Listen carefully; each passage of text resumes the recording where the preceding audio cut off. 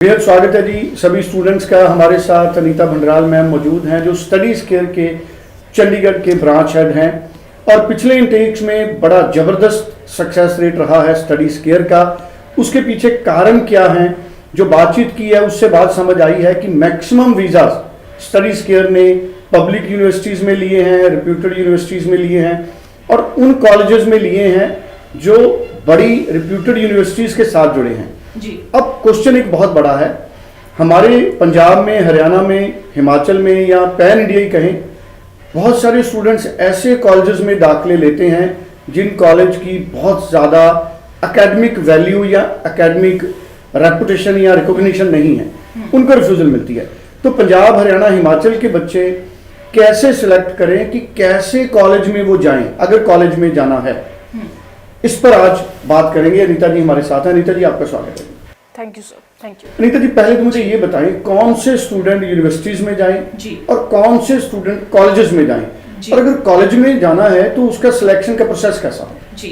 तो सर देखिए, ऑस्ट्रेलिया में आपको जो टाइप ऑफ इंस्टीट्यूट मिलेंगे वो पहली है कि आपको प्राइवेट कॉलेजेस मिलेंगे, उसके बाद पब्लिक कॉलेजेस मिलेंगे आपको एंड देन पब्लिक यूनिवर्सिटीज़ मिलेगी।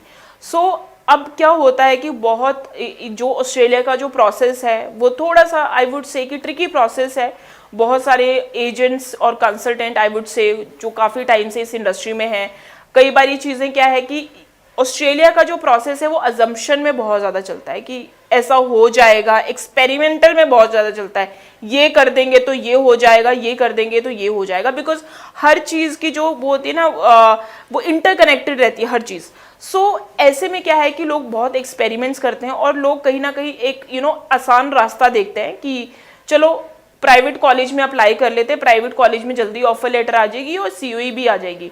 लेकिन क्या वीज़ा आएगा? सबसे मेन इंपॉर्टेंट तो यही है, आपने ऑस्ट्रेलिया के लिए आप अपने घर से उठ के आए, आप डॉक्यूमेंट आपने एजेंट को दिए और फिर आप ऑस्ट्रेलिया जाने की बात कर रहे हो, तो मेन एम तो आपका वीज़ा ही है ना। ऑफर लेटर, सीओई ये आपका एम नहीं है, आपका जो एम है वो है वीज़ा लेना और इंडिया से फ्लाई करके ऑस्ट्रेलिया में पहुंचना। सो ऐसे में वीज़ा सक्सेस जो रेट है वो सबसे ज़्यादा होता है पब्लिक यूनिवर्सिटी का। अब पब्लिक यूनिवर्सिटी आप कैसे चूज़ करें, मैं आपको बहुत जिस तरह से हम असेसमेंट करते हैं वो मैं आपको बताती हूँ। अगर आपके बेस्ट एकेडमिक 4 में 65% है, बेस्ट एकेडमिक 4 वो वाले सब्जेक्ट होते हैं, यानी कि अगर आप 12th आपने मेडिकल से किया है तो फिजिक्स, केमिस्ट्री, बायोलॉजी आपका बेस्ट एकेडमिक हो गया, नॉन मेडिकल में किया है तो physics, chemistry, mathematics and English आपका बेस्ट एकेडमिक हो गया। इसी तरह से कॉमर्स वाले, यानी कि जो एकेडमिक सब्जेक्ट है उन सब की जो कैलकुलेशन है वो 65% बन रही है, तो then you will be eligible for the university. आप मैक्सिमम 70 to 80% यूनिवर्सिटी में आप अप्लाई कर सकते हैं और अगर आपके IELTS 6 ईच है तो आप यूनिवर्सिटी में अप्लाई करें, बिल्कुल भी फिर आप प्राइवेट कॉलेज को ना चूज करें, क्योंकि आपकी जो प्रोफाइल है वो यूनिवर्सिटी के लिए बनी है। बहुत सारे रिफ्यूजल तो हमने ऐसे भी देखे हैं कि बच्चे की परसेंटेज बहुत बढ़िया है, 90-95% है, ठीक है, लेकिन बच्चे ने कोई कॉलेज डी ग्रेड वाला चूज कर लिया जो कि उसकी प्रोफाइल से नहीं मैच हो रहा है। तो हाई कमीशन से इस तरह से भी रिफ्यूजल आ रही कि ये बच्चा इस कॉलेज के लिए नहीं बना था, ये बच्चा तो ग्रुप 8 यूनिवर्सिटी के लिए बना था। तो ये भी बहुत रीजन देखे गए। तो अपनी प्रोफाइल के हिसाब से ही कॉलेज और यूनिवर्सिटी सेलेक्ट करें। इन केस अगर आपके बेस्ट एकेडमिक में 65 से नीचे हैं तो आप कॉलेजेस में अप्लाई कर सकते हैं, लेकिन आप कौन से कॉलेज में अप्लाई करोगे? जिनकी एफिलिएशन पब्लिक यूनिवर्सिटी में है, जैसे कि La Trobe college leads to La Trobe university, university of Canberra college lead to university of Canberra, या फिर Deakin college leads to Deakin university. अब ये क्या है, हर यूनिवर्सिटी, जितनी भी पब्लिक इन यूनिवर्सिटीज़ के आपने नाम सुने होंगे, ये बहुत रिनाउंड यूनिवर्सिटीज़ हैं, इन सबके कॉलेजेस होते हैं।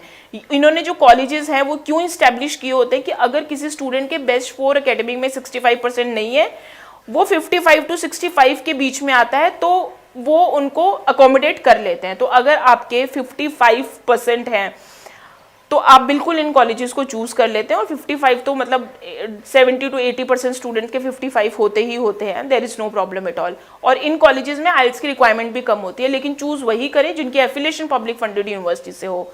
बट अगर आपकी प्रोफाइल 65% से अबव है, 70%, 80%, 90, 95%, तो वो वाले स्टूडेंट बिल्कुल भी कॉलेजेस को ना चूज करें।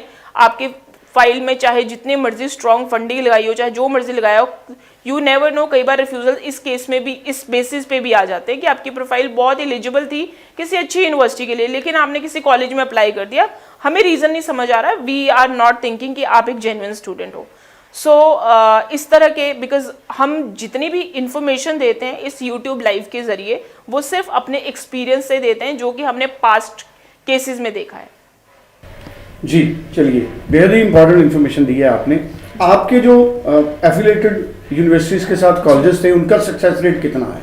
उनका जो सक्सेस रेट था, आई वुड से 98% उनका सक्सेस रेट था, क्योंकि we consider them as a university only, because उनका जो मेन जो स्टूडेंट की जो डिग्री कंप्लीट होगी वो यूनिवर्सिटी से ही होगी। जी जी चलिए, थैंक यू सो मच।